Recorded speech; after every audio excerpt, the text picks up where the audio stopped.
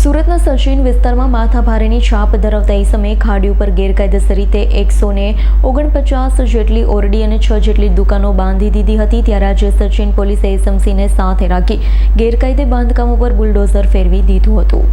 આ અંગે પોલીસે જણાવ્યું હતું કે સુરતના સચિન જેડીસી વિસ્તારમાં માથાભારેની છાપ ધરાવતા જીવન મેપાભાઈ ભરવાડ નામના એ સમયે સરકારી ખાડી પર દબાણ કર્યું હતું। જીવન ભરવાડે 149 જેટલી ઓરડીઓ ખાડી પર બનાવી દીધી હતી, ભાડા પર આપી હતી। આ સાથે 6 જેટલી દુકાનો પણ ગેરકાયદેસર રીતે બાંધી દીધી હતી।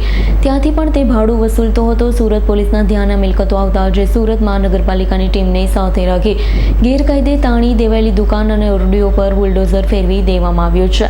જીવન મેપાભાઈ ભરવાડ વિરુદ્ધ વર્ષ 2020 થી 2025 સુધીમાં 4 જેટલા મારામારીના ગુના નોંધાયેલા છે। વર્ષ 2022માં તેને પાસા હેઠળ પણ ધકેલવામાં આવ્યો છે। હાલ પોલીસે ડીજીપીના આદેશ બાદ એસએમસીને સાથે રાખી સરકારી જગ્યાઓ પર દબાણ કરનાર માથાભારે તત્વો વિરુદ્ધ કાર્યવાહી કરવામાં આવી રહી છે।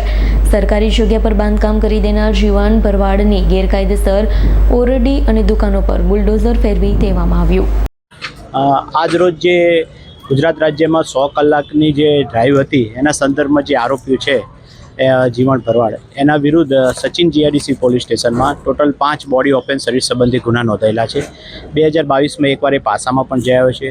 અત્યારે તેની અને તેના મળતિયાની 149 જે કાચી ઝૂંપડીઓ અને ઓરડીઓ હતી જે ટોટલી સરકારી જમીન ઉપર હતી અને ખાડીમાં હતી, તેનું એસએમસી દ્વારા ડિમોલિશન કરવામાં આવ્યું છે અને પોલીસ દ્વારા તેમને કાયદો અને વ્યવસ્થા જાળવવા માટે પોલીસ પ્રોટેક્શન આપવામાં આવેલું છે। Bureau report S9 news Surat. અમારી તમામ માહિતીથી અપડેટ રહેવા માટે જોડાયેલા રહો S9 ન્યૂઝ સાથે।